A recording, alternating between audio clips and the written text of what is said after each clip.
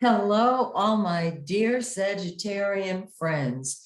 I hope you are doing beautifully. I've got your forecast for October right here. And just a couple of announcements that I want to share with you. Some of you know that I have decided to mentor a small group of people, one-on-one, on astrology and on my Take Back Your Life method. So if you are interested in either one of those areas, just get in touch with me on my website, okay? And speaking of astrology, I hope that you are enjoying. Several of you have written me and said how much you were enjoying my hidden messages in your birth chart. You know, I'm passionate about helping people see the story of their life, which rules them, owns them, and it doesn't have to. It's legible in the birth chart. All of those hidden messages from mommy, daddy, grandma, grandpa, etc. It is in our birth chart. And the book that I came here to write, I know, is beyond astrology. It's called Your First Sexual Imprinting. It is a self-empowerment book for women. And it will explain so much about all of those women who have come forward in the Me Too movement. It will explain where it began. It doesn't start as an adult. It starts as a child, and you are programmed for that. So if you've ever had any unpleasant situations, unpleasant sexual situations, particularly as a little child, particularly if you were nonverbal at the time, this book will be eye-opening. Okay, Sag. Look at here. Oh, this is terrific. Well, the sun, the giver of life, is the yellow planet. It's in your 11th house of friends, humanitarian groups. Being a friend, it is humanitarianism out the wazoo. And so this is a time when you are going to want to spend time with friends until the 23rd, when the sun, that's the yellow planet, moves into your 12th house of behind the scenes activities. When it talks about, I want to be alone, I need my solitude and privacy, and you do. So let that be fine with you. That's where you're going. But enjoy your friendships right now. Now, Mercury is retrograde until the 18th in your 11th house of friends, hopes, and wishes and group activities. So have you let some friend go by the wayside, so to speak? Are you trying to reconnect? When Mercury is retrograde, this is a perfect time to tie up the loose ends of unfinished business. You don't start any new projects on the retrograde Mercury, because anything begun on a retrograde Mercury will fizzle out or have to be rebuilt during the coming year.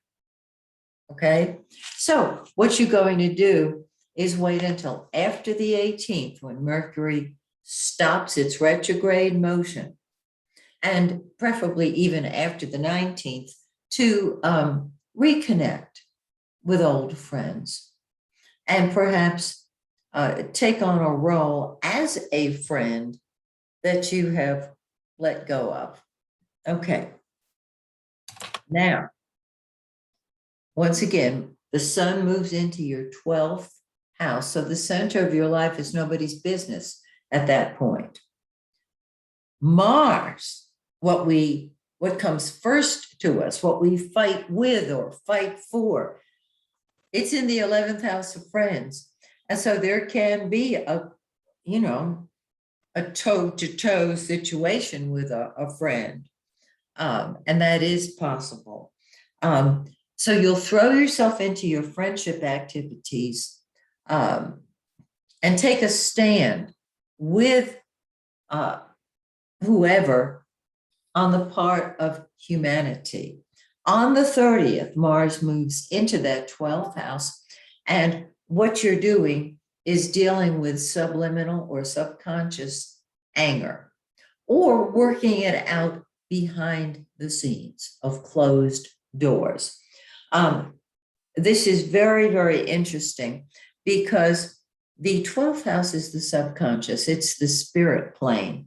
And when we have Mars there, we may not really be aware of our anger, but it is the spirit plane. And so all you have to do is ask spirit, and you will get your answers.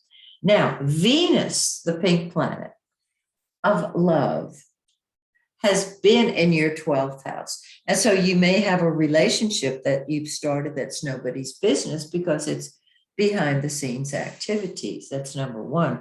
Number two, it's the dream of the perfect love. Well, on the 7th of October, Venus moves into your first house and you are able to love you. And when you love you, the world loves you. And when you love you, you can love others. It is beautiful. And what a fabulous note to complete the planetary placements. Now, the new moon on the 5th of the month is in your 11th house of friends and group activities. Don't you love it? And so it's in 13 Libra. Find 13 Libra in your birth chart and combine it with this solar chart. And you'll have the whole picture. It's really cool. And on the new moon, that's when energy grows. Mercury's retrograde, though. So 2 steps forward, 1 step back, but you're still moving forward. The full moon on the 20th is in 27 Aries in your solar 5th house of fun and children and pleasure. Now, this is more of a romantic kind of house. It's a fun house. It's a dating. It's a loving children. The 11th house is more humanity, more humanitarian. So that full moon says, hey, what about me? I need to go to a party. Take me to a party. And your children, if you have children, if you don't have children, and you do have pets, they would be considered children. They are requiring your attention and you happily give it. So that is October. I hope that you have a ball, and I hope you'll return in November when once again I take a look at your forecast. Until then, may the stars shine brightly on you and yours. Bye for now.